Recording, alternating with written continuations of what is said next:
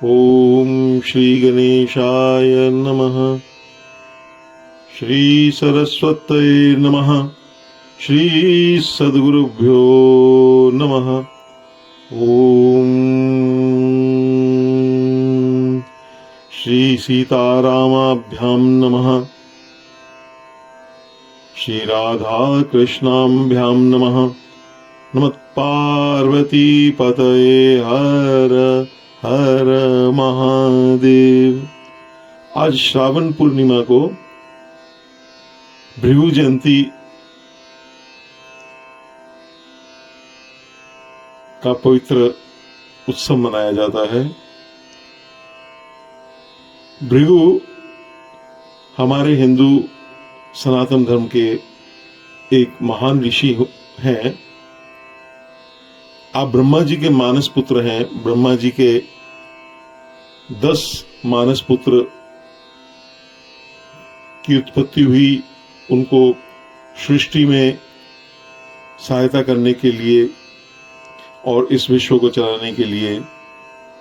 तो ये जो मानस पुत्र थे, इनमें मरीचि, अत्रि, पुलहु, पुलत्स्य, अंगिरस, क्रतु, नारद, दक्ष, भृगु जी और वशिष्ठ हुए। ये भृगु जी जो हैं, ये त्वक जो स्किन होती है, जो शरीर की जो त्वचा होती है, उससे प्रकट हुए। भगवान श्री कृष्ण ने इनको अपना विभूति घोषित किया है। श्रीमद् भागवत गीता में, श्रीमद् भगवत गीता के 10वें अध्याय के 25वें श्लोक में भगवान कृष्ण ने कहा है, महर्षि नाम भृगुहम, कि महर्षियों में मैं भृगु हूं।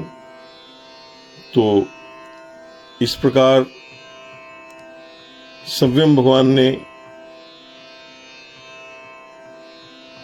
इनको महर्षि के रूप में प्रतिष्ठित किया है। भृगु जी की कथाएं हमारे सभी पुराणों में, लगभग सभी पुराणों में, महाभारत में, श्रीमद् महाभारत में और रामायण में, श्रीमद् भागवत में आपको मिलती हैं। क्योंकि ये एक बहुत पौराणिक, बहुत प्राचीन महर्षि हैं। इनके 2 अवतारों की कथा मिलती है अलग अलग से। तो एक में तो जो भृगु जी हैं, वो इसकी कथा शिव पुराण में मिलती है। वहां इनकी विवाह ख्याति से हुआ और इनकी पुत्री लक्ष्मी जी हुई, जिनका विवाह भगवान विष्णु से हुआ। और दूसरी कथा इनकी जो है वो आपको विष्णु पुराण में मिलती है। वो जब सती यज्ञ विध्वंस हुआ, उस समय उसकी कथा ऐसे आती है, इस प्रकार आती है कि उस यज्ञ के प्रमुख पुरोहिता जो थे वो भृगु जी थे। दक्ष प्रजापति थे। उन्होंने सब देवताओं, ऋषियों और भी ब्रह्मांड के सभी महान व्यक्तियों को बुलाया, लेकिन निजी शत्रुता के कारण उन्होंने अपनी बेटी और भगवान शिव को उसमें उन्होंने नहीं बुलाया। इससे सती जी ने जब देखा कि उनके पति का अपमान हुआ है, तो उन्होंने उस यज्ञ में वो भस्म हो गई, आहुति दी। तो उस समय भगवान शिव को जब ये समाचार विदित हुआ, तो उन्होंने वीरभद्र और महाकाली को भेजा है, जिन्होंने यज्ञ का विध्वंस किया। वीरभद्र ने भृगु जी को धरती पर गिर दिया और मणिभद्र जी ने इनकी मूछ दाढ़ी निकाल दिया, तब से भृगु जी बिना मूछ के हैं।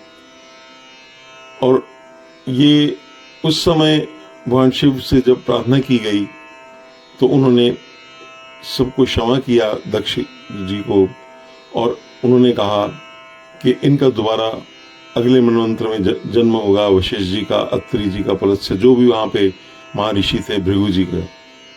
तो जब इनका दूसरा इनकारनेशन होती है, अवतार आता है स्वयंभू महामन्वंतर में, तो उसमें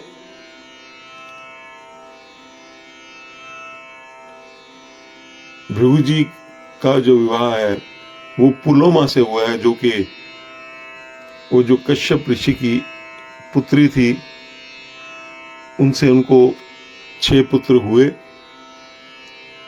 जिनमें च्यवन भी थे, शुक्र थे, और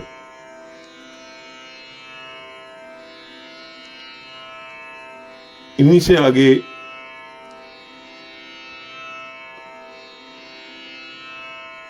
च्यवन जी की 2 पत्नियां थी, सुकन्या, अरुषि। अरुषि जी से ऋचिक हुए, जो कि जमदग्नि जी के पिता थे, और जिनके बेटे भगवान के 6ठे अवतार परशुराम जी हुए। तो इस प्रकार से हम देखते हैं कि महर्षि भृगु जी की जो वंशावली है वो महर्षियों से, ऋषियों से सबसे वो उससे जड़ी हुई है। और भृगु जी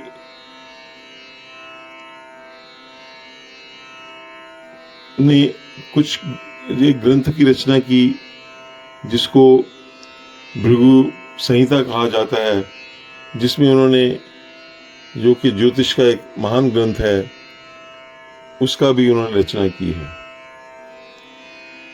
भृगु जी की जो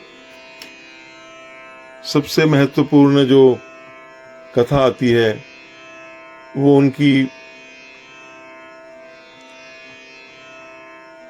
श्रीमद् भागवत में उसका वर्णन है कि एक बार सब ऋषिगण महान यज्ञ के लिए सरस्वती नदी के किनारे एकत्रित हुए थे। वहां सारे ऋषि ये निर्णय नहीं कर पा रहे थे कि ब्रह्मा विष्णु शिव में कौन श्रेष्ठ है और किसे यज्ञ का मुख्य पात्र होना चाहिए। तो इसके लिए उन्होंने भृगु जी को एक तरह का उन्होंने उत्तर निर्धारित करने के लिए एग्जामिनर, उनको जैसे परीक्षक नियुक्त किया। भृगु जी ने सब तीनों देवताओं का परीक्षण करने का जिम्मा लिया। सबसे पहले वो सत्यलोक में ब्रह्मा जी से मिले। उनकी धैर्य की परीक्षा करने के लिए उन्होंने उनकी स्तुति या उनके सामने दंडवत करने से इनकार कर दिया। हालांकि वो उनके पुत्र थे, लेकिन ब्रह्मा जी को क्रोध आ गया कि उनका पुत्र होकर कैसे उनकी परीक्षा ले रहा है, और उन्होंने उसे जाने दिया। फिर भृगु जी कैलाश की ओर बढ़ गए। वहां भगवान शिव उनको अपने भगवान शिव जो थे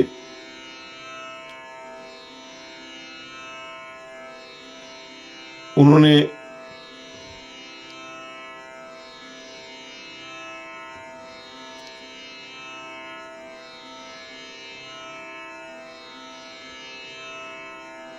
भृगु जी को क्रोधित हो गए। उन्होंने त्रिशूल से प्रहार करने के लिए तैयार हो गए कि भृगु ने कहा मैं आपके गले लगना चाहता हूं, और वो उस समय पार्वती जी ने उनको शांत कर दिया। तो फिर ऋषि भृगु जी आगे विष्णु के निवास बैकुंठ को गए। भगवान विष्णु उठे, उन्होंने भृगु का अभिवादन किया, उनके चरणों की मालिश करने लगे। और लेकिन भृगु जी ने उस भगवान के छाती में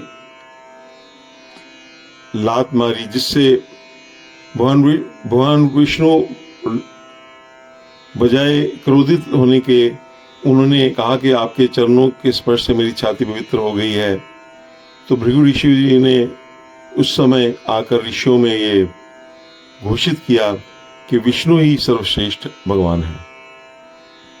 लेकिन कहते हैं कि विष्णु की पत्नी लक्ष्मी जी, जिनके जो उनकी पुत्री थी, वो इससे क्रोधित हो गई कि उन्होंने, तो वो बैकुंठ छोड़कर पृथ्वी पर जन्म लेने चली गई।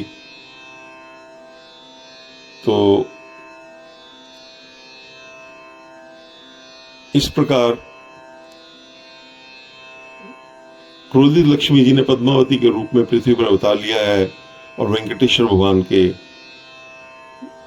जो है श्रीनिवास के रूप में उनको प्राप्ति हुई। इस प्रकार भृगु जी की उपनिषद में भी उनका वर्णन आता है। तैत्तरीय उपनिषद में उसको भार्गवी वारुणी विद्या कहा गया है। भृगु जी ने ज्योतिष की भी पुस्तकें लिखी, भृगु संहिता, जिसमें उन्होंने जन्म से पहले ही कई जन्म की उन्होंने भविष्यवाणी कर दी। ये अपने ढंग की भृगु संहिता ज्योतिष के क्षेत्र में एक बड़ी महत्वपूर्ण पुस्तक है। जैसा कि कहा गया कि भृगु के वंश में अनेक दिव्यमान ऋषियों का अवतरण हुआ, जिनमें शुक्र, च्यवन और ऋषिक, जमदग्नि, परशुराम जी और दधीचि जी, ये सब उसमें आते हैं।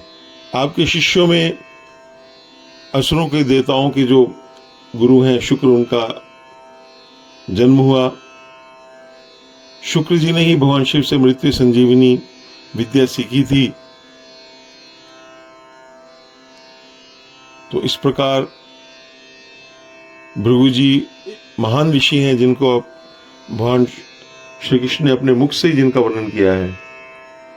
उनको सबसे अपने विभूतियों में कहा है कि महर्षि भृगु जो हैं वो मैं ही हूँ। तो ऐसे संत के, ऐसे महर्षि भृगु जी के चरणों में हमारा कोटि कोटि प्रणाम।